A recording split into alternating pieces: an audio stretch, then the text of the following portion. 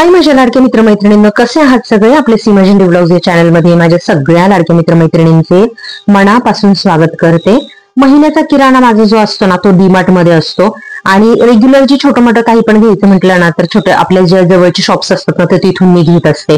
पण एक मात्र आहे की डीमार्ट मध्ये ना पोहे, साबुदाणा अजिबात चांगलं मिळत नाही. तर त्याच्यामुळे ह्या सगळ्या गोष्टी आहेत ना, त्या मी आमच्या घराच्या या लोकल शॉप्स आहेत ना बाजूला, तर तिथूनच घेत असते. कारण मला बराच वेळेला अनुभव आहे, जे लूज साबुदाणे असतात बघा डीमार्ट मध्ये आणि पोहे अजिबात चांगले होत नाही. ते साबुदाण्याचे तर आहे ना अक्षरशः वाळू सारखी खिचडी होते.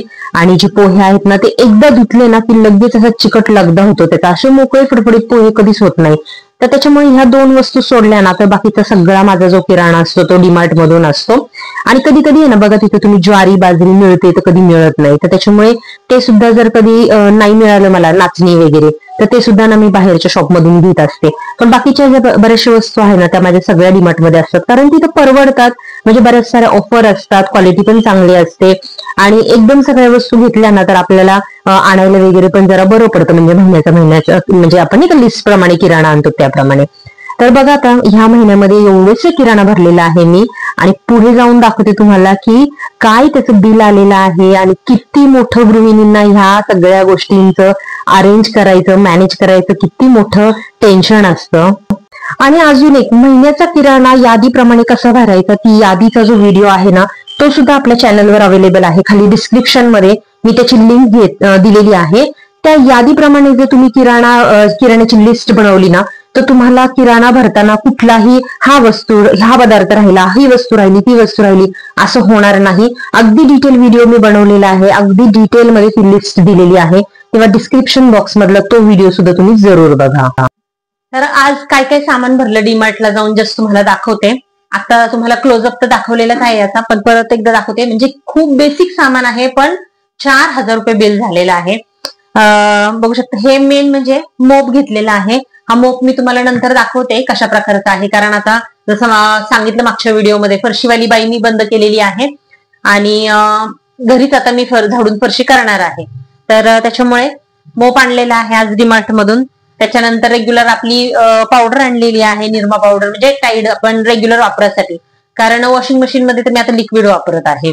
त्याच्यानंतर फरशी पुसायचं लिक्विड आणलेलं आहे. आणि जे भांडी घासायला आहे ना, मी बघा हे असे एक्सोचा हा पॅक वापरते. याच्यामध्ये ना 2 येतात आणि बऱ्यापैकी किंमत आहे याची. म्हणजे जे सिंगल घेतलं ना आपण, त्याच्यामध्ये खूप महाग लागतं, आणि हे एक्सोचं घेतलं ना, हे जरा त्याच्यापेक्षा स्वस्त लागतं. त्याच्यानंतर हे आहे आपले हार्पिकचे ड्रेनेज क्लीनर आणलेले आहे. नंतर मोहरी आणलेली आहे. आणि मुलांसाठी थोडासा खाऊ आणलाय, तो नंतर दाखवते लास्टला. तेलाच्या पिशव्या आणलेल्या आहेत. आणि हे आपलं देशी घी आणलेलं आहे, गाईचं अमूलचं दूध तूप आणलेलं आहे. आणि त्याच्यानंतर बाजरी आणलेली आहे, ज्वारी आणलेली आहे, गहू, आणि हे बल्ब आणलेला आहे का, इमर्जन्सी बल्ब आहे तो ना. माझा आत्ताचा जो आहे ना, तो खराब झालेला आहे बेडरूम मधला. लाईट गेली ना तो लागतच नाही, फक्त लाईट असतानाच लागतो. तर त्याच्यामुळे एक बल्ब आणलेला आहे विप्रोचा 12 वॅटचा. त्याच्यानंतर उद्या म्हणले की उद्या सॅटरडे आहे, मुलं घरी आहेत, तर सँडविच साठी ना ब्रेड आणलेला आहे. आणि त्याच्यानंतर हे ना न्यूट्रीचॉईसची बिस्किट आहेत बघा. ही आहे ना हाय फायबर गव्हाची बिस्किट आहेत. इथे बघू शकता तुम्ही 100% आटा लिहिलेला आहे. आणि इतकी खुसखुशीत आणि अशी खमंग चॉकलेटी अशी बिस्किट आहेत ना, ही अगस्त्याला खूप आवडतात दुधामध्ये वगैरे. आणि मला सुद्धा चहा बरोबर खूप आवडतात. कारण याच्यामध्ये आहे ना गोड नाहीये, म्हणजे साखर नाहीये, आणि आट्याची आहेत, म्हणजे गव्हाची आहे. तर त्याच्यामुळे ही बिस्किट रेग्युलरली मी युज करते अगस्त्यसाठी. अगस्त्य एक टाइम 3-4 बिस्किट खातो कधीतरी दिवसभरामध्ये. दूध बिस्किट लागतं त्याला. आणि किंवा इमर्जन्सी मध्ये त्यांना, आपल्याला बाळांना बरं पडतं ना की कधी पण पटकन कुठेतरी जायचं, बनवायला वेळ नसतो, तो दूध बिस्किट दिलं तर होतं काम. त्याच्यानंतर उद्या पनीर करणार आहे सानवीसाठी. आणि त्याच्यानंतर चीज क्यूब्स आहे, मला चीज खूप लागतं. अगस्त्यला ना असं कच्चं क्यूब घेऊन खायची खूप त्याला सवय येते. त्याच्यामुळे त्याला चीज नसलं ना की फ्रीज मध्ये शोधत असतो, चीज, मला चीज दे, चीज दे. आणि त्याच्यानंतर सँडविच पण माझ्याकडनं ना आठवड्यातून 2दा तरी होतातच. आणि डोसा पण जो करतो ना आपण, तर त्याच्यामध्ये पण सानवीला आहे ना चीज डोसा खूप आवडतो. तर त्याच्यामुळे चीज मी यावेळेला ना 2 पाकिटं आणलेली आहे. कारण मग संपलं ना मग लोकल दुकानातून आणावं लागतं आणि मग ते थोडंसं महाग पडतं. आणि काय नाही, रेग्युलर तेल वगैरे आणलेलं आहे. आणि अजून एक खारे बिस्किट आणलेलं आहे. सानवीला हे आवडतात, म्हणजे खारी बिस्किट आवडतात तिला. आणि त्याच्यानंतर ना खूप म्हणजे महिने काय वर्ष मी म्हणते, सानवी आहे ना हे बिस्किट मागवत होते, फरेरो रॉचरचे चॉकलेट मागवत होते. आणि हे इतके एक्सपेन्सिव्ह असतात आणि कोण घ्यायला लागलं एवढं महाग मोलाचं ना. तर असं कुठून मिळायचं एखादं दुसरं ते ती खायची, पण ना माग लागायची, मला हे आण ना ग घरी बॉक्स, मला हे आण ना. तर तिनं मागच्या वेळेला मला म्हणली की ठीक, मी म्हणलं ना नाही ते खूप महाग असतात हे चॉकलेट, एवढीसाठी कशाला एवढे पैसे घालवायचे. तर मग मला म्हणाली ठीक आहे, मग मला ना बर्थडेला गिफ्ट दे. तर आता काय बर्थडेला गिफ्ट देण्यासाठी एवढीशा गोष्टीसाठी बर्थडे कशाला वाट बघायची, लेकराला जाऊ दे खाऊ दे म्हणून मी एकदम छोटं स्मॉल पॅकेट आणलेलं आहे. मला वाटतं 10 वगैरे असतील याच्यामध्ये. 100 ग्रॅमचं आहे, काहीतरी 200-250 रुपयाला मिळतं डीमार्टला. पण ठीक आहे, मी आता तर परत आणणार नाही तिला हे. आता हे पूर्ण हा अख्खा बॉक्स दाखवणारच नाहीये तिला, हे एकच देणार आहे, असं कुणीतरी दिलं असं सांगूनच देणार आहे. आता अख्खा बॉक्स दाखवणारच नाही. याला खूप वर्ष वाट बघितलेली आहे तिने, मी तिला असं पटकन आणलेलं नाहीये हे. आणि जेली आणलेले आहेत. कधीतरी नाही का मुलं असं अगस्त्य म्हणा, सानवी म्हणा, खूप कधी त्रास देतात, असं काहीतरी खायला चॉकलेट शोधतात. तर चॉकलेट वगैरे खाण्यापेक्षा आहे ना ते दाताला चिकटतं. तर जेलीचे चॉकलेट बरे असतात, म्हणजे चॉकलेट खाल्ल्याचं समाधान पण असतं त्यांना आणि काहीतरी वेगळं पण मिळून जातं. तर चला आता इथं हे तुम्हाला हे दाखवते मी. तर मॉप बघू शकता, अशा प्रकारचं मॉप आहे. हे हँडलसाठी 2 आहेत आणि त्याच्याबरोबर हे 2 असे फ्री नसतात हे, म्हणजे त्याच्यातच आहेत हे 2 मॉपचे. आणि हे मॉपच्या पुढचं आहे. आता हे सगळं मला जॉईन करायचंय, अटॅच करायचंय. आणि मेन म्हणजे ना ही बास्केट मला अशाच प्रकारची पाहिजे होती. याला आहे ना असं ओढायचं आहे एका बाजूला. बघू शकता तुम्ही, एवढं मोठं होतं ते असं ओढायचं. म्हणजे आपण ना उभे राहून सुद्धा ना असं पाणी हे ओढू शकतो. कारण रेग्युलर जर घेतलं ना ते असं ओढलं ना, जर त्याला चाक नसेल तर ते असं हिंदकळतं आणि पाणी जे घाणेरडं पाणी तेच सगळं सांडतं परत. आणि ह्याला इथं बघू शकता हे चाकं आहेत एका साईडला. तर त्याच्यामुळे आणि क्वालिटी पण खूप जबरदस्त आहे. बघू शकता एकदम चांगली आहे क्वालिटी. तर आता बघू किती दिवस टिकते. आणि एका बाजूला असं हँडल आहे, म्हणजे आपण हाताने सुद्धा उचलू शकतो, तसं हे हाताने पण उचलू शकतो. आणि आतल्या साईडला बघू शकता अशा प्रकारे हे व्हील आहे, हे आतमध्ये फिरायचं जे आहे ना ते आहे. हे पडलेलं आहे मला 1099 ला. क्वालिटी खूप चांगली आहे. कंपनीचं नाव दाखवते तुम्हाला, डीमार्टच आहे, डीमार्टचं इझी मोप म्हणून आहे ना ते आहे. 1099 रुपयाला आहे तुम्हाला त्याची प्राइस.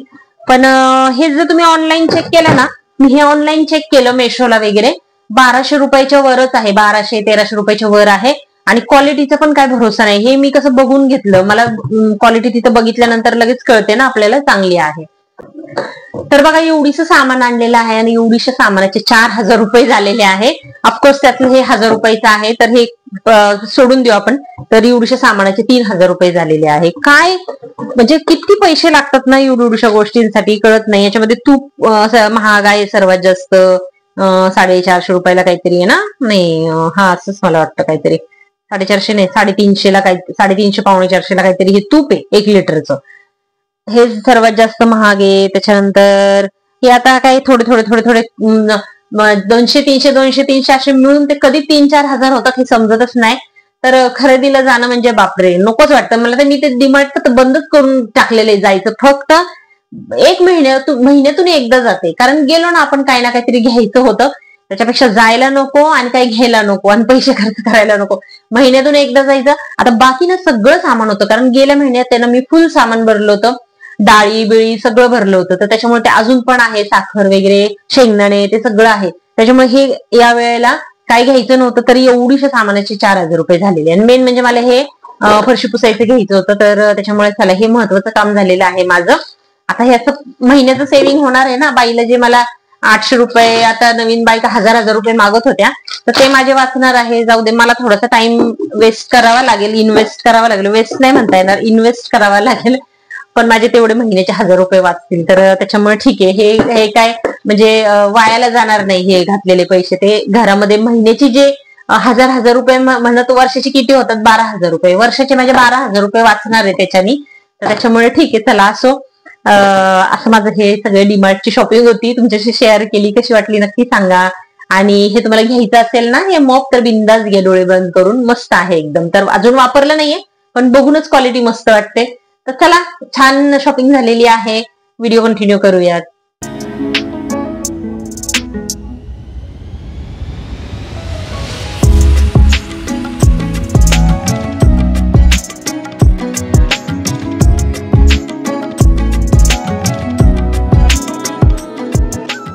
आणि आता थंडीचा सीझन चालू झालेला आहे. ज्यांच्या घरात लहान मुलं आहे त्यांनी खूप काळजी घेण्याची गरज आहे.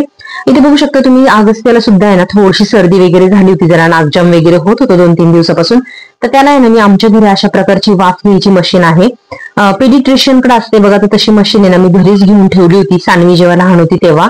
तर त्यामुळे तीच मशीन मी आता अगस्त्याला पण वापरत आहे. असं सर्दी वगैरे झाली ना या मशीन मध्ये ते एक लिक्विड औषध मिळतं, म्हणजे जे पेडिट्रिशियन आपले जे डॉक्टर देतात ना आपल्याला, तर ते औषध आपण त्याच्यामध्ये टाकायचं आणि अशा प्रकारची वाफ दिली ना की पूर्ण नाक घशातलं पूर्ण इन्फेक्शन जे आहे ना लहान मुलांचं बरं होतं.